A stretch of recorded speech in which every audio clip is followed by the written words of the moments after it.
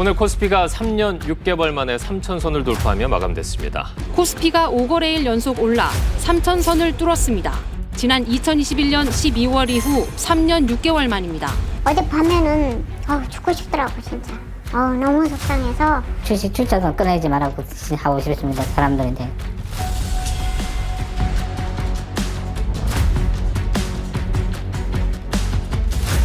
서약서까지 들고 와서 이렇게 사진을 찍었잖아요. 근데 이거를 안 믿을 사람이 누가 있습니까? 야, 도망간다 도망가. 표 갖고 도망간다. 공개도 안 하고. 제가 경험한 주식시장은 보편과 상식으로는 전혀 납득할 수가 없었어요.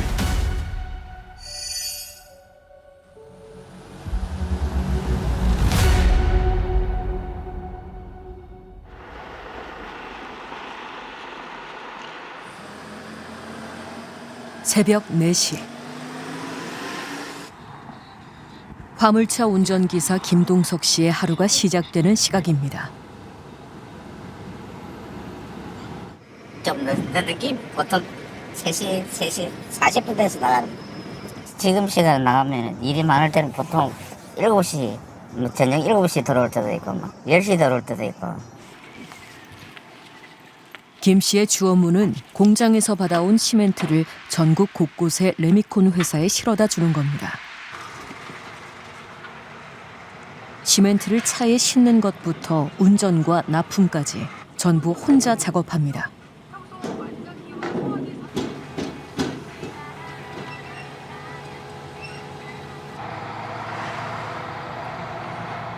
경상도와 전라도를 넘나들며 하루에도 수백 킬로미터를 달려야만 합니다.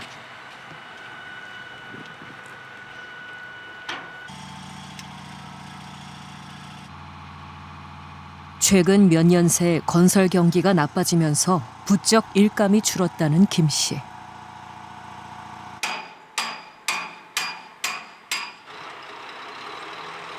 시멘트 운반 작업이 끝났지만 아직 일과는 끝나지 않았습니다. 내일 주말에 지키니까 출근을 안 하잖아요. 네. 그러면 새벽까지 하는 거래. 그 주식만 그거 안 해서도 대리운전 하러 안 갈 건데 한 달에 돈 다 하는 게 너무 많다 보니까 안 할 수가 없어요. 주식으로 입은 큰 손실을 메워야 한다는 겁니다. 김 씨가 처음 주식에 손을 댄 건 2년 전 K사 주식을 알게 되면서부터입니다. 다른 지인 동생분께서 그걸 그 당시에 자기가 한 2만 7천 원 정도 샀다 그러더라고요. 그래서 그러니까 2차 그 전제가 이제 계속 이제 핫할 때 괜찮다 올라간다고 그러니까 사나니까 쭉 올라갔더라고요. 김 씨가 7만 원대에 처음 산 주식은 불과 2달 만에 2배 이상 급등했습니다. 처음에는 뭐 한 1,000만 원 정도 투자밖에 안 했어요. 그래서 뭐 조금 전 사모하기 시작했는데 9천만 원까지 이제 빚을 내가지고 이제 결국은 이제 한 1억까지 투자를 했는데 그 지금 뭐 완전 푸석 내려앉아 보시니까. 현재 K사 주식은 거래 정지가 된 상황. 원금도 거의 다 잃었습니다.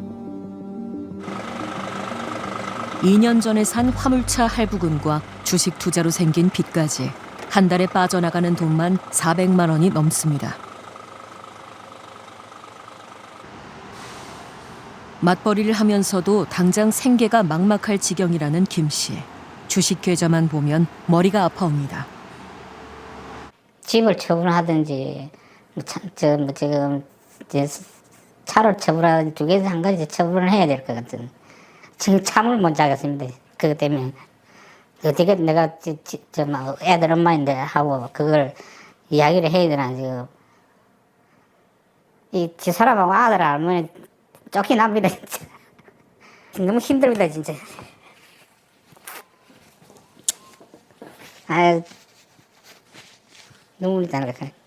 참 어렵게 그걸 참 해가지고 그것하고 말아서 해야 되는데 너무 후회가 되네요. 1,000만 원만 엮고 말아서 해야 되는데. 아이고 내 주식 출자도 끊어야지 말라고 하고 싶습니다 사람들인데.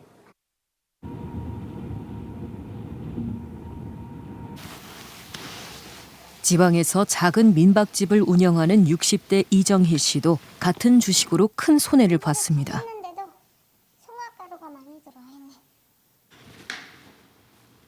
그녀 역시 K사의 소액 주주 중 한 명입니다. 여기 있네. 이거 보시면 노후 자금에 보탬이 될까 싶어 투자를 시작했다는 이 씨. 2차 전지 열풍에 휩쓸렸다가 투자금 대부분을 잃게 생겼습니다. 대출 한 6천, 7천? 예. 그것도 한 2군데서 받았고. 아우, 진짜 어젯밤에는 죽고 싶더라고, 진짜. 너무 속상해서 내 돈은 날라간 거는 그렇다 치더라도 대출을 갚으려고 생각을 하니까 까마득한 거예요, 막.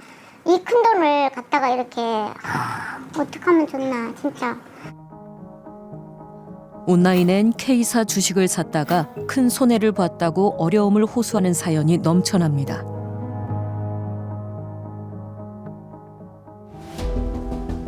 K사는 70년 역사를 자랑하는 부산의 향토 기업입니다.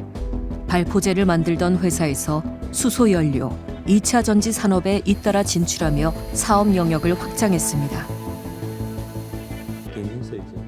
특히 이른바 배터리 아저씨라 불리는 박순혁 씨를 홍보이사로 영입하며 유명세를 탔습니다.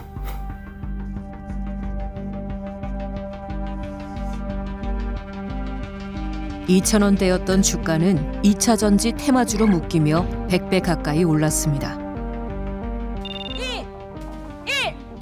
버튼을 눌러주십시오. 그리고 부산 기장에 2차 전지 공장을 짓기 시작했습니다. 부산이 미래 핵심 전략 산업인 2차 전지 산업의 중심지로 성장하기 위한 중요한 첫발을 내딛는 자리입니다. 총 8천억 원이 투입되는 대규모 공사. 연간 3억 셀 규모의 2차 전지를 생산할 계획이었습니다.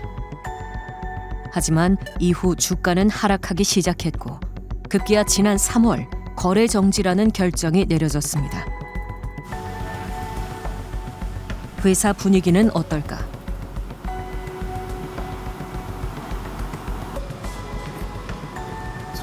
안녕하세요. 저 KBS 방송국에서 나왔는데요. 네.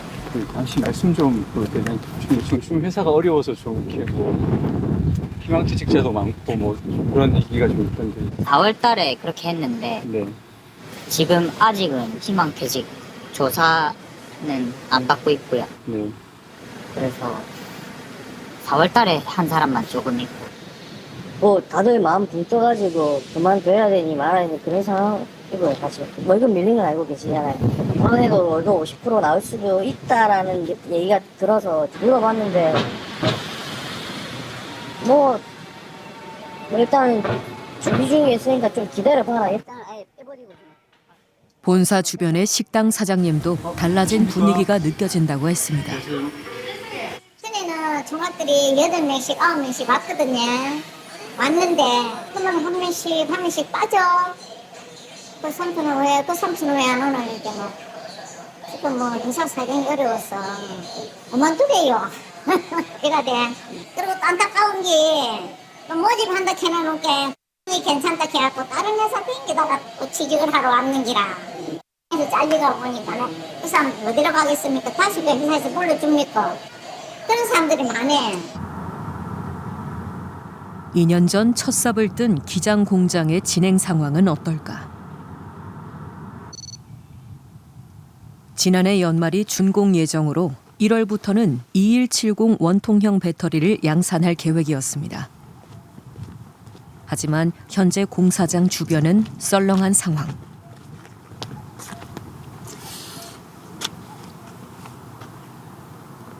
불이 닫혀 있고 지금 공사는 완전히 좀 중지된 것 같은 느낌이. 안에 아무도 지금 인부나 뭐 공사 차량 같은 것도 하나도 안 보이고. 지난해 11월부터 공사는 전면 중단됐습니다. KBS에서 왔습니다. 그러면 뭐 여기 유치권 행사 때문에 와서 계신 거예요? 아니 저희는 그냥 일하고 있는 사람들이기 때문에 안 넘어오시는 분들도 있었어요. 유튜버들도 막 담 넘어갖고 들어와가지고 들어오려고 하는데 제가 뭐 다 있으니까 제지는 하는데 지금 여기 공사하신 분들 아무도 안 계세요 그러면? 다 임금비 못 받아가지고 그냥 공사비 다 못 받으셔가지고 지금 다 나가는 추세고 일단은 어차피 여기 있어서 뭐 지금 돈 나오는 게 없으니까. 지난 13일 시공사 측은 공사비 미지급을 이유로 계약을 해지했다고 공시했습니다.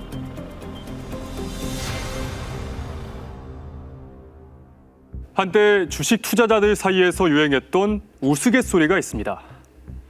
투자의 원칙 1. 절대 국내 주식에 투자하지 않는다. 원칙 2. 원칙 1을 끝까지 지킨다.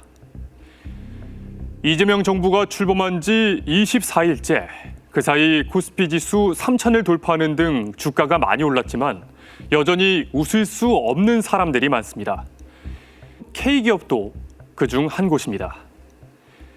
이의 신청을 통해 1년이라는 개선 기간을 부여받긴 했지만 약 25만 명에 달하는 주주들의 속은 까맣게 타들어가고 있습니다.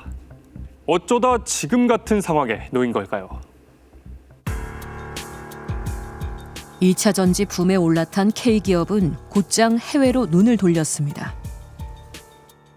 몽골의 광산 지분을 취득하여 안정적인 핵심 광물 소재의 확보를 위한 준비를 마치고 광물의 재령 가공에 관련한 현지 인프라도 구축했습니다. 몽골 광산 회사 인수를 추진한다는 소식 하나에 주가가 급등했습니다. 공시의 주 내용은 몽골의 광산 회사 지분 60%를 인수하기 위해 MOU를 맺었다는 것. 특히 향후 3년간 매년 4천억 원 이상의 매출액이 예상된다고 공시했습니다. 보도자료엔 광산의 추정 가치가 118조 원, 리튬은 70조 원이라고도 했습니다. 자, 지금 그래서 시간외에서 굉장히 지금 강한 급등을 보이고 있는데요. 지금 시간외에서 상한가네요. 네, 상한가인데 광물 산업을 추진하고 있는 기업 가치가 올라가고 있는 상황인 거죠. 이 리튬과 관련된 이슈를 또 한 번 탈 수 있는 기회를 받았다라고 보시면 되겠습니다. 하지만 K사의 공시는 일반적이지 않았습니다. 보통은 이런 신규 시설 투자나 광산 투자 같은 경우에는 어디를 투자를 하기로 했고 계약 기간이나 계약 금액 정도 명시하는 수준으로 합니다. 향후 3년 추정 수익에 대해서는 이렇게 언급해서 공시하는 경우가 없거든요. 회사가 또 공식적인 채널에서 공시를 했던 거기 때문에 좀 문제가 될 수 있는 부분이 있다. K사는 1년 4개월 뒤 예상 매출액 4천여억 원을 66억 원으로 정정 공시했습니다.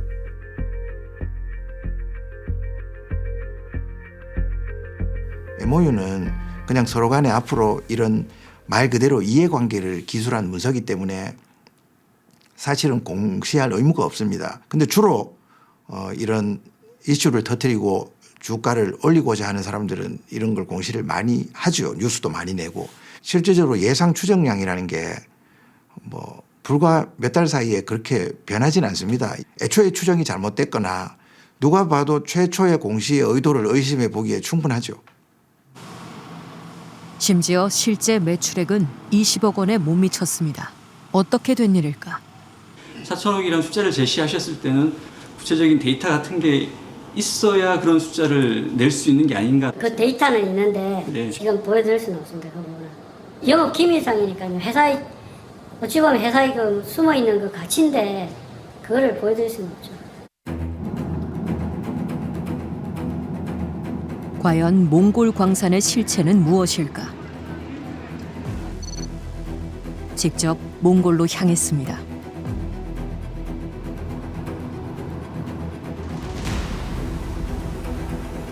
수도 울란바토르에서 광산이 있는 도르노고비 지역까지는 차로 14시간가량 이동해야만 합니다.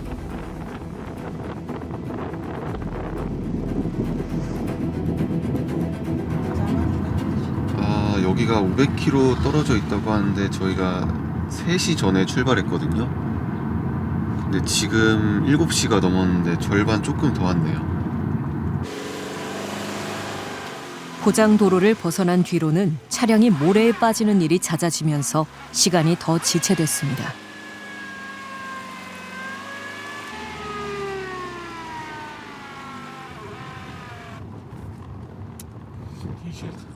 광산으로 향하는 마을에서 광산에 대해 아는 것이 있는지 물었습니다. 안녕하세요. 선배는 다녀서라 요미 다 먼사게 컴퍼니 талаар сонсож ирсэн үү?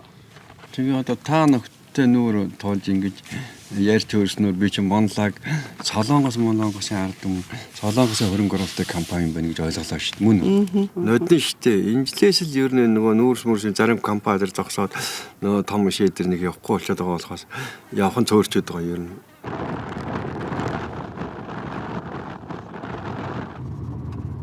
장장 17시간이 걸려 도착한 광산. 한국과 몽골 기업의 합작회사라는 간판 아래 굳게 잠긴 철문이 눈에 띕니다. 철문 너머론 드넓게 펼쳐진 노천 광산이 있습니다. 그런데 작업 중인 장비나 광부 한 명 보이질 않습니다. 어떻게 된 일일까? 잠시 뒤 어디선가 차 한 대가 다가옵니다.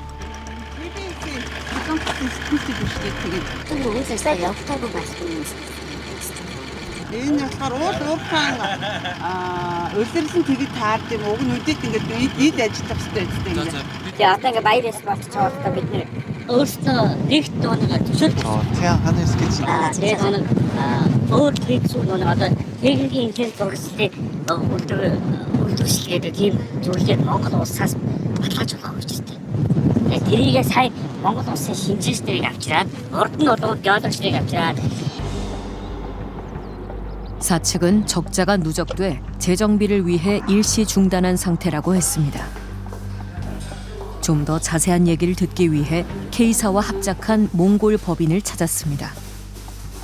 KBS 쪽에서 이렇게 지주하러 왔는데 들어오시면 안 되고요. 나가세요. 나가세요. 좀 나가세요. 제작진은 광산 진행 과정에 대해 알고 있다는 관계자를 어렵게 만날 수 있었습니다. 광산의 경제성에 대해선 충분한 검토가 있었던 걸까? 광산에 가서 몇 군데 포인트를 고르는 거예요. 리튬이 함유돼 있을 것 같은 돌들이 있다 그러면 이렇게 해서 땅속을 한번 찔러보는 거죠. 찔러봐서 검체 시료에 대해서 리튬 함량이 얼마인지 그거 조사해주는 서비스 있으니까 한번 활용해보시라 그랬는데 아니요, 저희 그럴 시간 없습니다. 왜냐하면 공공기관 거치면 너무 느려지지 않냐. 대신 K사가 광산에서 캐낸 돌을 한국에 보낸 적은 있다고 했습니다. 돌들을 캐내가지고 200kg를 보냈잖아요. 한국에다 보내서 텅스텐이 얼마나 되고 리튬 함량이 얼마나 되는지를 분석하고 싶다. 돌을 막 마음대로 못 보내요. 몽골법에 의해선. 굉장한 행정 절차를 거쳐가지고 가야 되거든요. 수출입 절차. 그게 23년 6월 정도 됐었는데. 그런데 확인 결과 K사가 광물을 한국으로 보낸 건 공시한 지 약 한 달 뒤 본계약 체결 바로 전날인 6월 7일이었습니다.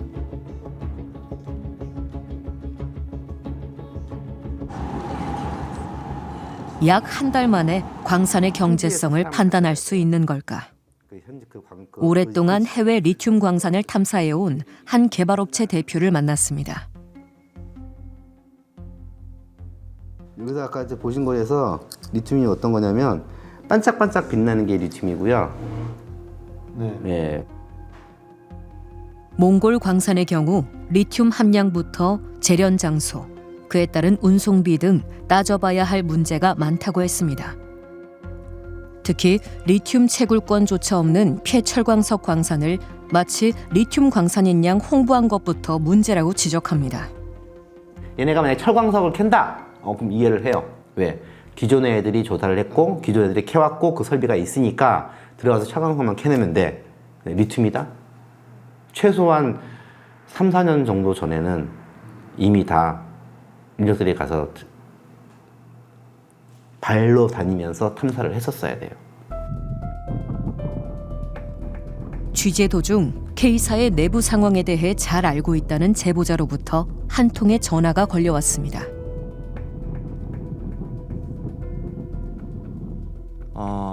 공시가 나오고 떠들고 한 1년 있다가 시작이 된 거예요. 실제 우리가 말하는 본격적인 분석은 품질의 분석값이 나와 있어야지 가치가 있다 없다 그리고 이 정도 판매를 할 수 있을 거다 없을 거다 하는데, 그러니까 분석하고 내부 논의하고 공시가 아니라 공시 먼저 내고 분석하고 내부 논의하고 거꾸로 된 거죠. 지난해 9월 K사는 또 다른 희소식을 전했습니다. 2차 전지 생산업체인 부산기업이 첫 수주에 성공했습니다. 마이애미에 본사를 둔 미국의 한 회사와 2차 전지 총판 계약을 맺었단 겁니다. 6년간 2조 3천억 원대 규모라고 했습니다. 장중에 나온 공시에 주가는 13% 치솟았습니다. 그리고 12월, 이번엔 해당 회사에서 800억 원대 발주서를 수령했다고 공시했습니다. 1차 인도 시기는 지난 4월 말이었습니다. 이는 과연 지켜졌을까? 나노텍 이런 데랑 공급 계약이 됐는데 실제로는 아직까지 나간 건 없는 걸로 알고 있습니다. 포장만 하고 있고요. 그 정도 수주를 받았으면 빨리 생산을 해야 된다. 네. 이렇게 독려를 하거나 이렇게 좀 재촉을 할 것 같은데. 그렇죠. 그런 건 전혀 없었습니다. 그때 좀 많이 이상하다고 생각을 했죠. 지난해 12월에 공시를 내고 올해 4월 말부터 납품을 하겠다 했는데 하나도 인도를 안 했잖아요. 지금 재고는 100만 셀 이상 쌓여 있거든요. 그럼 주면 되잖아. 주면 되는데. K사가 계약한 미국 회사는 어떤 회사일까? 벤처기업이라 제대로 된 재무제표를 확인할 수는 없었습니다. 유튜브 계정엔 자사 홍보 영상 6개가 전부입니다. 그나마 2년 전에 올라온 영상이 마지막입니다. 총판 계약을 했을 때는 그것이 가능한 것인가를 확인하려면 그 총판권을 받은 회사의 과거 이력을 보는 게 가장 쉬운 방법입니다. 갑자기 이렇게 100억 매출하던 사람이 수천억을 팔겠다 하는 거는 사실 누가 봐도 납득하기 힘들죠. 규모나 업력 면에서 그만한 가능성이 없다고 보면 이 추정치가 다소 과장됐다고 생각하는 게 당연하겠죠.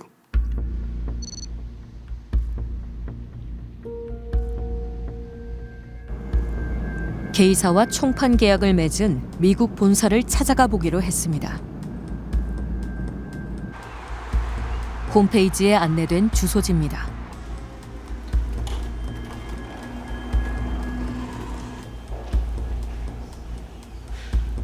하지만 입주사들의 명패 중에선 나노테크 에너지란 이름을 발견할 수 없었습니다.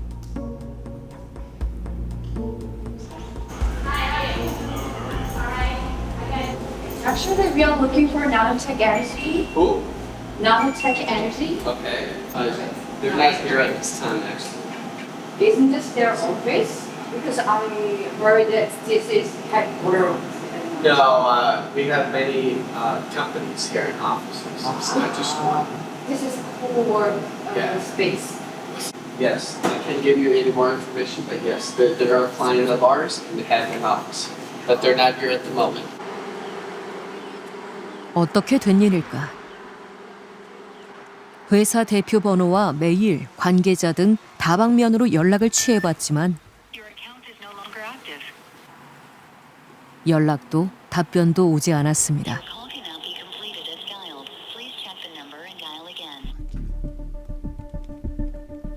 그런데 나노테크사와 관련해 눈에 띄는 보도가 있었습니다. 3년 전 한 회사가 나노테크사와 공급 협의를 발표해 주가가 올랐던 것. 공교롭게도 이 회사는 지난 19일 상장 폐지됐습니다. 그 나노텍 같은 경우에 벤처 회사잖아요. 재무제표도 안 나오고 이제 공시하셨을 때 2조 4천억 얘기를 하셨으니까 이게 과연 그 정도를 감당할 수 있는 회사인가? 나노텍이 현재 그렇게 공식적으로 대규모 계약을 했는지 안 했는지는 사실은 저희가 알 수는 없습니다. 근데 우리가 빨리 공장을 준공해가지고 원래 계획대로 생산을 했었으면 가져갔을 건데 지금 우리가 공장이 지연되면서 지금 그쪽하고도 계약이 지연된다라는 건 제가 알고는 있어요. 취재가 한창이던 지난 7일 추정 60분 앞으로 한 통의 편지가 도착했습니다. 방송 중단을 요청하는 소액 주주들의 호소문이라고 했습니다. KBS 추정 60분 제작진이라고 하면서 뭐 주식과 관련해 제보를 기다립니다. 제가 저거 보면서 좀 답답했습니다. 사실 저렇게 자빠지게 된 건 여러 가지 이유가 있죠. 하지만 결정적으로는 금감원에서 유상증자를 불허하는 태클을 걸어서 저래서 자빠진 거 아닙니까? 그렇게 해서 관리 종목에 묶이게 된 거고요. 제작진들한테 전화를 해서요, 좀 제대로 알려주십시오.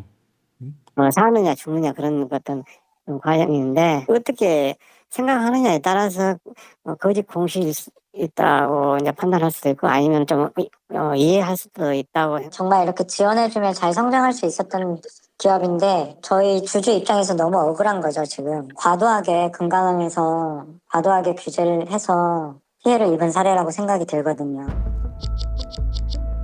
이후로도 비슷한 내용의 문자와 메일이 쇄도했습니다. 마카파시 상장 폐지를 결정한다면 한국건설 정은모 이사장은 주식기를 불성실 공시 등으로 인한 벌점 누적과 감사 의견 거절로 거래 정지가 된 상황이지만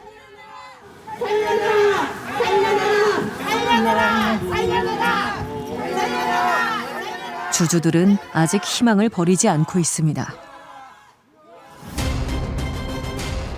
K기업은 최근 경영 정상화를 위해 4천억 원대의 제3자 배정 유상증자를 추진한다고 공시했습니다.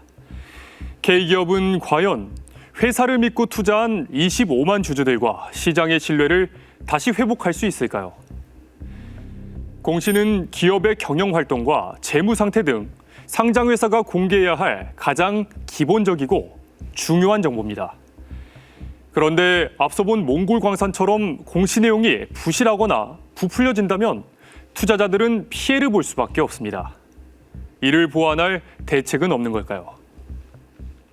공시란 거 계속 해야 되잖아요, 기업의 입장에서. 근데 여기는 맨날 늦게 한다거나 아니면 올라갈 거는 빨리 하고 뭐 내려갈 건 늦게 한다거나 이런 패턴들이 있을 것 같아요. 그래서 그런 패턴들을 찾아서 모니터링한 AI든지 이런 게 학습을 해서 이 회사는 공시를 이렇게 악용하는 회사구나. 그런 걸 좀 가이드를 주면 좋지 않을까? 주가 조작 의혹으로 한동안 세간을 떠들썩하게 했던 기업이 있죠. 삼부토건이 최근 특검의 수사 대상에 올랐습니다. 그런데 이 삼부토건과 빼닮은 또 다른 기업이 있었습니다.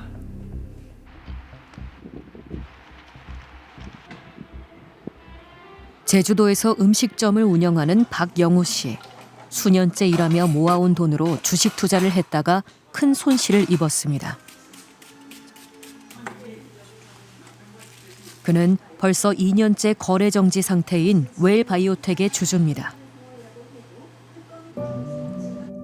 손실률은 마이너스 82%. 상장 폐지가 될 경우 그대로 휴지 조각이 돼버릴 상황입니다.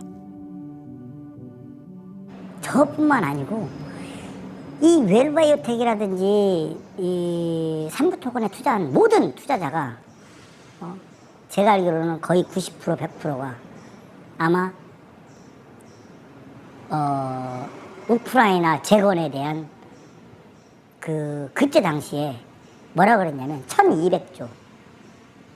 우리가 얘기하는 말로 1200조면요. 어떻게 보면 소규모 나라도 하나 살 수 있는 돈이거든요. 거기에 단 1%만 먹더라도 돈이 얼마입니까? 그러면 기업이 이 진짜 웰바이오텍 같은 경우는 진짜 말 그대로 시장성이 무궁무진하다라는 그런 생각이죠.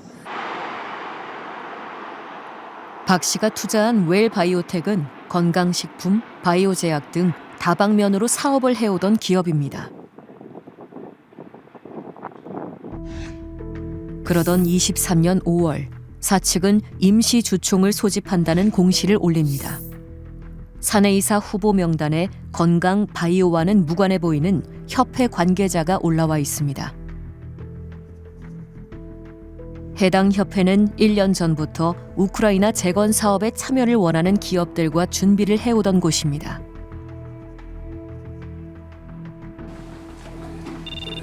웰바이오텍의 공시 나흘 뒤 우크라이나의 영부인이 방한해 윤 대통령 부부를 접견했습니다.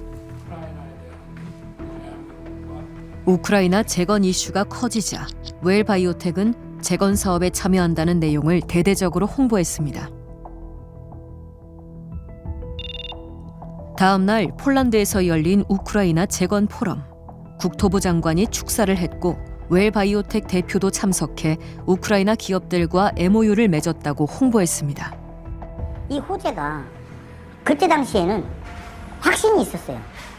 왜? 그때 당시에 대통령, 그때 당시에 그 부인, 그리고 국토부 장관, 몇몇 기업들 한 20-30명 되는 사진 속에 삼부토건, 웰바이오텍 그때 당시 사장이랑 다 그 사진 속에 있었어요. 그리고 MOU까지 체결을 했다고 서약서까지 들고 와서 이렇게 사진을 찍었잖아요. 근데 이거를 안 믿을 사람이 누가 있습니까?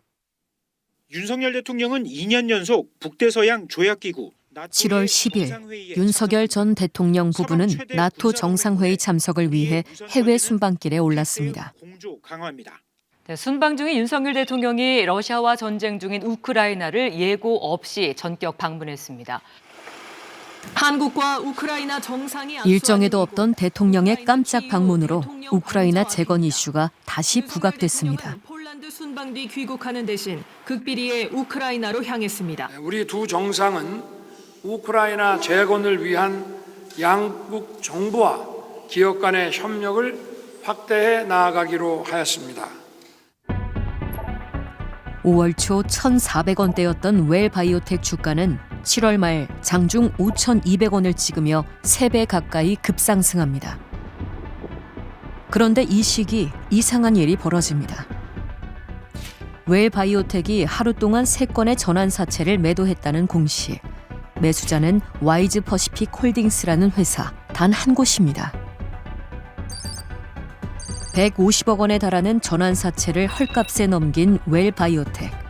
매수자가 이를 곧바로 주식으로 전환했을 시 시세 차익만 300억 원이 넘습니다.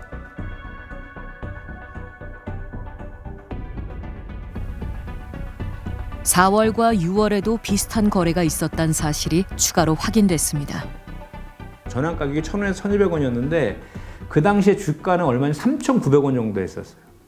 그럼 그냥 전환함으로 인해서 3배의 시세 차익을 얻은 거잖아요. 400억대의 시세 차익이 더 있었던 게 확인이 된 거예요. 전환사채를 헐값에 매입해 막대한 시세 차익을 거둬들인 회사의 정체는 무엇일까? 법인 주소지로 찾아가 봤습니다.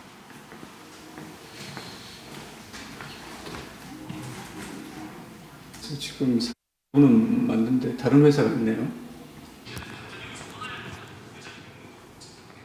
와이즈 퍼시픽 홀딩스라는 회사를 저희가 좀 찾아왔는데 저는 그런 회사는 못 들어봤는데 뭐 주소만 이렇게 해놓고 하는 게 거길 거예요.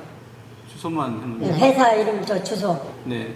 그것만 이렇게 해놓는 회사들 있잖아요. 해당 회사의 법인 등기부 등본을 검색해 보니 지난 1월 이미 폐업 신고를 한 상태였습니다.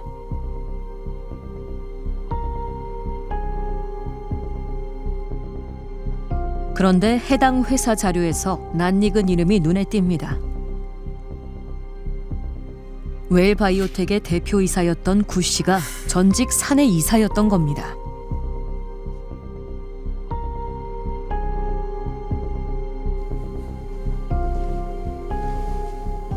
혹시 대표님 핸드폰인가요? 어디시죠? 예, 전 저기 KBS 추적 60분의 강성훈 PD라고 하는데요. 여보세요?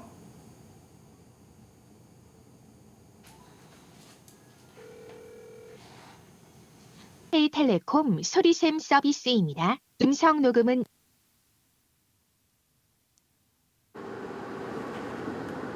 자료에서 발견된 구 씨의 주소지로도 찾아가 봤습니다. 서울 도심에 위치한 소규모 오피스텔입니다.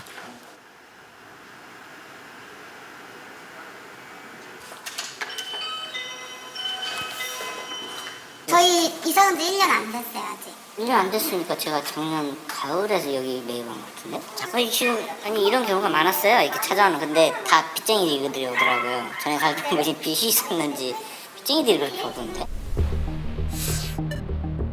상장 폐지의 기로에 서 있는 웰바이오텍.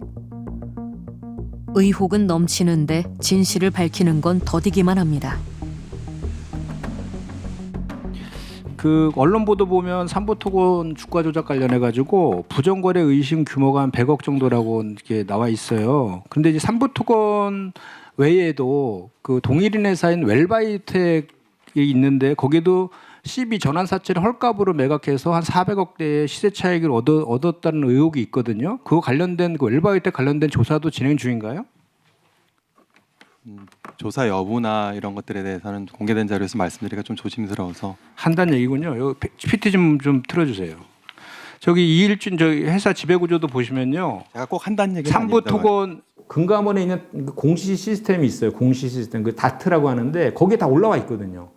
그러니까 의지만 있었다라고 하면 진작에 이런 조사들이 다 해서 벌써 끝났을 것이고 검찰에 저기 그 수사 의뢰를 했을 것인데 그거 질질 끌었다는 거죠. 일단은. 웰바이오텍은 전직 대표이사를 배임 혐의로 3번에 걸쳐 고소했지만 앞서 2건은 모두 불송치 결정이 났습니다. 주주들은 이해할 수 없다는 입장입니다. 기업에서 챙겨가지고 빼먹을 대로 빼먹은 사람들은 벌써 다 나갔어요. 그때 당시에 대표이사는 또 다른 회사에 가가지고 있어요. 근데 그게 과연 정당성이 있는지, 그래 만약에 범죄의 혐의가 있다 그러면 다 토해내라 그래야죠. 세금 탈루하면 수적해가지고 다 이렇게 돈을 받아갖고 오는데 왜 그런 거는 못 받아오는 거예요? 이대로 상장 폐지가 될 경우 소액 주주들의 피해는 누가 책임질 수 있을까? 뭐 지금은 이제 뭐 그냥 아예 뭐 그 포기한 상태고 이걸 내가 열심히 해서 갚아야겠다라는 생각밖에 없어요. 지금은. 하지만 제가 지금 이 얘기를 하고 있는 이유는 저 같은 피해자가 또 나오지 않았으면 좋겠다라는 생각에 하고 있는 겁니다. 금감원은 지난 4월 삼부토건 수사 자료와 함께 웰바이오텍 자료 역시 검찰에 넘기면서 이제 검찰의 시간이라고 선을 그었습니다. 하지만 검찰은 신속한 수사를 위해서라며 다시 사건을 금감원으로 이첩했고 이제는 특검이 금감원에 해당 조사 인력의 파견을 요청하면서 과연 진실이 규명될지 관심을 모으고 있습니다.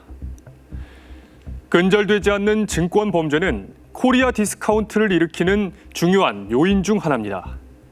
자본시장의 근간인 신뢰를 떨어뜨리기 때문인데요. 그렇다면 한국 자본시장에서 유독 증권 범죄가 끊이지 않는 원인은 무엇일까요?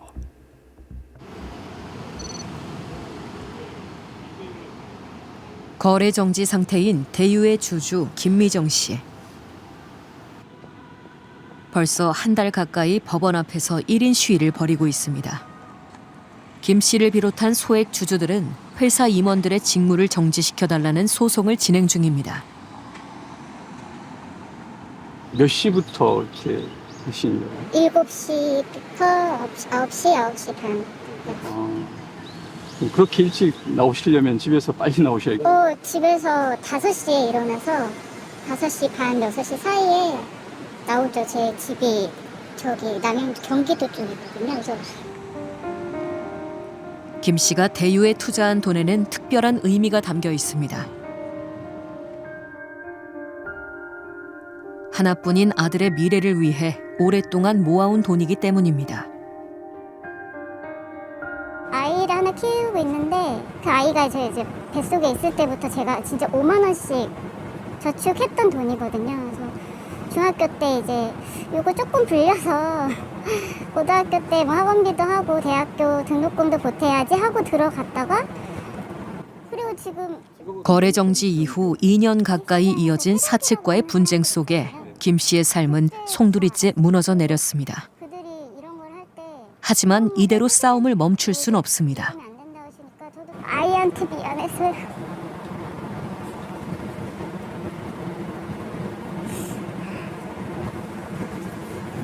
아이의 미래를 위해서 투자한 돈이요? 네네. 그거를 이런 나쁜 놈들 때문에 빼앗겼다는 생각에 무엇이라도 하지 않으면은 견딜 수가 없었어요. 대유는 48년 역사를 지닌 비료 전문 회사입니다. 경기를 타지 않는 산업 특성상 탄탄한 재무 구조를 유지해왔지만 2년 전 대표가 구속되면서 모든 게 달라졌습니다. 대유 같은 경우에는 매출도 안정적으로 항상 300억 이상 나오는 회사고 수익도 항상 안정적으로 수십 년 그렇게 유지되어 온 회사예요. 큰 기복 없이 계속 돈 잘 벌고 있고요. 그런데 김우동이가 배임을 했다는 20억 때문에 거래 정지가 된 거고, 주주들이 분노하는 건 전 대표의 과거 이력 때문입니다. 이미 비슷한 혐의로 처벌받은 적이 있습니다. 제일 어처구니 없는 거는 범죄자가 상장회사 등기이사가 되는 게 제일 어처구니가 없죠. 이거는 완전히 그냥 도둑고양이한테 생선가게를 그냥 뭐 잡수라고 그냥 준 거잖아요. 그냥 밥상을 차려준 거잖아요. 김우동 전 대표는 쌍방울 김성태 전 회장과 함께 유비컴 주가 조작에 가담해 2018년 형이 확정된 인물입니다.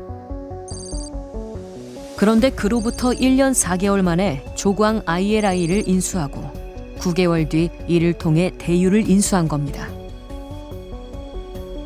23년 4월 구속되기 이전에 그 유비컴이네 뭐네 이런 과거의 그런 기사들 있잖아요. 거기에 실명을 다 없어요. 그냥 김땡땡으로만 나와요. 모든 기사가. 그리고 전혀 연결고리를 만들 수가 없어요. 그래서 설마 그런 사람일 거란 거는 생각지도 할 수가 없죠. 거래가 중지된 지 2년째. 소액 주주들은 직접 지분을 모아 회사 정상화에 애쓰고 있지만 쉽지 않습니다. 야, 도망간다, 도망가! 회사 용역들 표 갖고 도망간다, 공개도 안 하고! 야, 이 X들아! 작년 주총에선 사측이 위임장을 들고 도망가는 사태도 발생했습니다. 어디? 뭐 회사가 사업의 비전이 안 좋아서, 아니 물건이 잘 안 팔려서, 뭐 그래서 주가가 떨어질 수 있다고 생각해요. 여기까지는 당연히 투자 실패죠. 근데 거래소는 범죄자한테 등기이사, 대표이사를 하게 내비뒀잖아요. 범죄자가 대놓고 상장회사를 인수하게 방치했잖아요. 상장회사의 대표이사인데 누가 범죄를 저질 거라고 의심을 하면서 주식 투자를 하겠어요. 국내 증권범죄 재범률은 2020년 기준 약 30%로 미국보다 2배 가까이 높습니다. 반복되는 주가 조작은 범죄자들이 자본을 축적하는 발판이 되고 있습니다. 그 사채업자한테 돈을 빌려와서 단기간에 주가를 폭등시키고 회사의 자산을 뭐 빼내고 이렇게 해서 시세 차익을 단기간에 얻는 게 무자본 M&A라고 알고 있지 않습니까? 물론 예전에는 그게 맞았죠. 한 10년, 20년 전에는. 지금은 무자본 M&A 없습니다. 왜 없냐 하면 무자본 M&A 하던 사람들이 다 회장님이 됐어요. 지금 소위 말하는 그 회장님들이라는 분이 몇몇 사람들이 계속 나옵니다. 계속 나오고 계속 같은 일을 반복하는데 근절이 안 되는 거죠. 주가 조작이 끊이지 않는 건 적발이 쉽지 않다는 증권 범죄의 특수성을 악용하는 사례가 많기 때문입니다. 현대의 증권 범죄들은 자금의 모집, 그다음에 실질적으로 주가 조작을 어떻게 할 것이냐, 그리고 이후에 어떠한 방식으로 자금을 회수를 해서 어떠한 경로를 통해서 빠져나가서 은닉을 시킬 것이냐, 여기에 대한 모든 계획을 세운 이후에 시장에 들어오는 거거든요. 그렇기 때문에 사후적으로 그러한 경로를 추적해서 잡아내는 것, 내지는 사후적으로 주가 조작이 확실하게 있었다는 것을 증명하는 것은 상당히 난해한 작업일 수밖에 없는 것이고요. 더 큰 문제는 주가 조작을 어렵게 밝혀낸다 해도 처벌이 지나치게 가볍단 겁니다. 21년 기준 불공정 거래를 저지른 10명 중 6명이 집행유예로 풀려났습니다. 금융 선진국인 미국의 경우는 어떨까? 희대의 다단계 금융 사기극을 벌인 버나드 메이도프는 징역 150년형을 선고받았습니다. 그리고 교도소 안에서 82세의 나이로 사망했습니다. 쉽게 말해서 크게 한탕하고 오히려 잠깐 이 처벌을 받고 나와서 남은 여생을 편안하게 보내는 것이 오히려 더 나은 선택인 것 같다라는 것이 시장에서 굉장히 공통적으로 지금 지적되는 비판받고 있는 부분이거든요. 사전적으로 막는 것도 쉽지가 않고 사후적으로 조사를 해가지고 처벌하는 것도 사실은 되게 어려운 일입니다. 그렇기 때문에 한 번 적발됐을 때 일벌백계로 어마어마한 처벌을 하는 것이 굉장히 중요하거든요. 취임 8일째 되던 날 이재명 대통령은 첫 경제 현장 행보로 한국거래소를 방문해 주가 조작 등 불공정 거래에 대해 원스트라이크 아웃제로 엄단하겠다고 선포했습니다. 대한민국 주식시장이 불법 부정거래를 통해 돈을 벌 수 있다라고 믿어지는 이 상황을 완전히 역전시켜서 대한민국 주식시장에서 장난을 치다가는 패가 망신한다 라는 걸 확실하게 보여주는 오늘 첫날로 삼도록 하겠습니다. 새로운 정부가 출범할 때면 자본시장 선진화, 코리아 밸류업 등 주식시장에 대한 장밋빛 미래를 늘 제시했습니다. 과연 이번엔 주식하는 대통령의 약속이 코리아 디스카운트를 극복할 수 있을까요?